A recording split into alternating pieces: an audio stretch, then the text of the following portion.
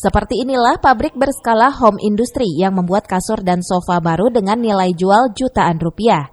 Pembuatan kasur dan sofa ini terbuat dari bahan limbah busa dari sisa potongan atau bekas kasur tak terpakai. Namun di tangan para pemuda desa Singabangsa, limbah tersebut bisa diolah kembali menjadi barang nilai guna.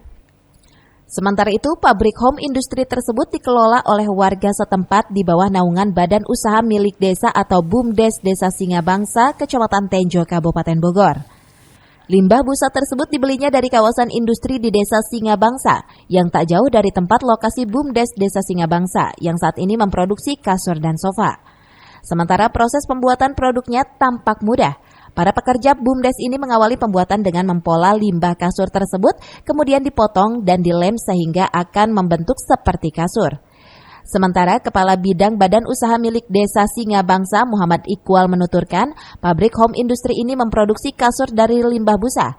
Dirinya memproduksi kursi sofa juga yang terbuat dari limbah busa kasur.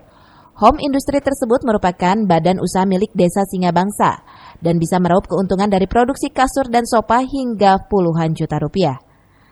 Pabrik kasur, Bang. Jadi kita di sini mengelola limbah yang ada di desa kita untuk dijadikan kasur seperti ini.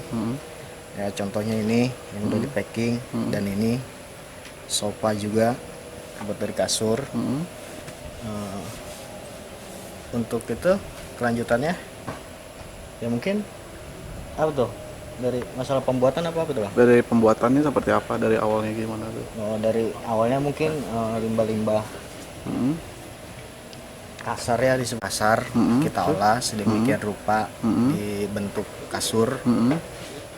Terus ya contohnya seperti itu, dibikin pola. Hingga saat ini pemerintah Desa Singabangsa akan terus memfokuskan usaha home industry tersebut dan berkontribusi terhadap lingkungan sekitar. Dari Tenjo, Kabupaten Bogor, Iwan Setiawan melaporkan.